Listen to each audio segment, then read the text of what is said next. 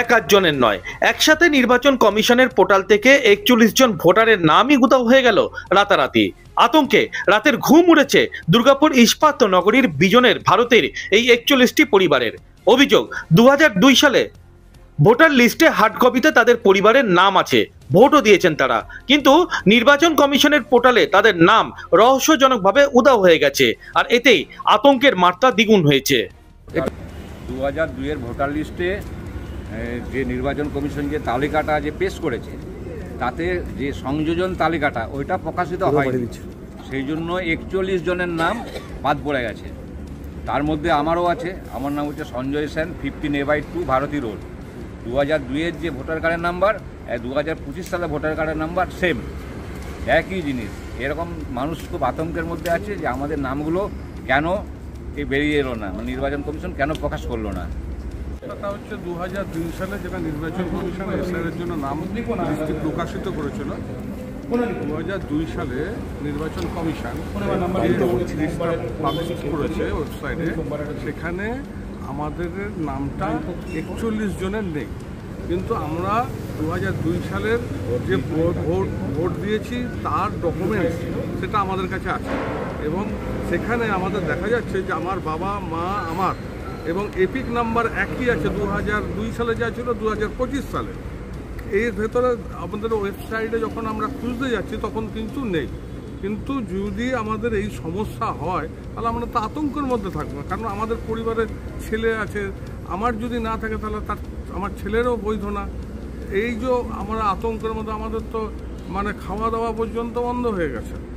তা আমরা চাইছি যে এটা ওয়েবসাইটে প্রকাশক ৪১ জনের যে লিস্টটা আছে, এটা হলে আমাদের এই আতঙ্ক ভাবটা মন থেকে মুছে যাবে, এবং আমরা যে ফর্মগুলো পেয়েছি সেই ফর্মগুলো আমরা সুস্থভাবে ফিল আপ করতে পারবো। আমাদের বিএলওরও সদুত্তর দিতে পারছিল না। আমরা আজকে সেই জন্য মহকুমার শাসক দপ্তরে এসেছিলাম, ওনাকে আমরা বলেছি। উনি এসআর আতঙ্কে দুর্গাপুর ইস্পাত নগরীর ভারতের এই পরিবারগুলি এখন রীতিমতো দিশেহারা অবস্থায় দিন কাটাচ্ছে। শনিবার রাতেই তারা ছুটে যান দুর্গাপুরের মহকুমা শাসক সুমন বিশ্বাসের কাছে। যদিও দুর্গাপুরের মহকুমা শাসক আশ্বস্ত করেছেন এই সমস্যার সমাধানে সূত্র মিলবে। তা নেই, অ্যাকচুয়ালি বিএলওকে আমরা বলবো ব্যাপারটা নিয়ে। ওনাদের কাছে আমাদের যেটা ২০০২ লিস্ট যেটা সিও পোর্টালে রয়েছে, সেই লিস্টে ওনাদের নাম নেই, কিন্তু তার পরের একটি লিস্টের মধ্যে নাম ওনারা শো করাচ্ছেন। বিএলও ওদের বাড়িতে যাবেন এবং যে ফর্ম তো অলরেডি ওনারা পেয়েছেন, ওনারা সাবমিশনও করবেন, কিন্তু তারপর তারা মেবি তাদের নাম হিয়ারিংয়ের জন্য ডাকা হবে, এবং তখন তো ওই ভোটার লিস্টের পাতাটা এবং সাপোর্টিং যে ডকুমেন্ট আছে ১৩টি ডকুমেন্ট সেটা নিয়ে গেলে কিন্তু খুব সহজেই তাদের নাম থাকবে। ওনাদের কোনো চিন্তার আলাদা করে কোনো কারণ নেই। এই ঘটনায় এখন শাসক বিরোধী তরজা জোর বেড়েছে। দুর্গাপুর পূর্বের তৃণমূল কংগ্রেসের বিধায়ক রাজ্যের পঞ্চায়েত ও গ্রাম উন্নয়ন মন্ত্রী প্রদীপ মজুমদারের অভিযোগ, নির্বাচন কমিশন চক্রান্ত করে পোর্টাল থেকে এই বৈধ ভোটারদের নাম বের করে দিয়েছে। অত্যন্ত দুঃখজনক।